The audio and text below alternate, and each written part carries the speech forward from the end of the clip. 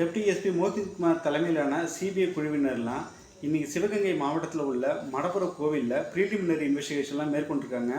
இன்றைக்கி மதுரை ஹைகோர்ட்டு பிரான்ச்சிலேருந்து அதுக்கான டாக்குமெண்ட்ஸ் எல்லாம் ரெஜிஸ்ட்ரார்ட்டேருந்து சைன் பண்ணி இவங்க சட்டபூர்வமாக சிபிஐ விசாரணைக்கு இந்த கேஸை இவங்க எடுத்துருக்குறாங்க. கடந்த மாதம் 27ஆம் தேதி மடப்புரத்தோட தற்காலிக ஊழியரான திரு அஜித்குமார் பார்த்திங்கன்னா ஒரு நகை திருட்டு போன வழக்கில் எஃப்ஐஆர் ஃபைல் பண்ணாமல் தனிப்படைக்கு எந்த ஒரு அதிகாரமும் இல்லை, அவங்க பார்த்திங்கன்னா யூனிஃபார்மில் இல்லை, இவரை வந்துட்டு கடத்தல் வழக்கு இவங்களை விசாரணைங்கிற பேரில் ரொம்ப கொடூரமான முறையில் கண்மூடித்தனமாக தாக்குதல் பண்ணி இவர் இறந்து போயிட்டார். இந்த கேஸு பார்த்திங்கன்னா இன்றைக்கி தொடங்கியிருக்காங்க. நாளையிலேருந்து சாட்சியங்கள் எல்லாம் அவங்க விசாரிப்பாங்க. அடுத்த மாதம் 20ஆம் தேதிக்குள்ளே அவங்க சார்ஜ் ஷீட்லாம் புட்டப் பண்ணுவாங்க.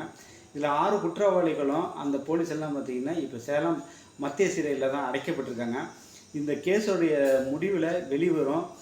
எதுக்கு எஃப்ஐஆர் போடாமல் கேஸை விசாரிச்சிருக்காங்க, தனிப்படைக்கு அதிகாரமே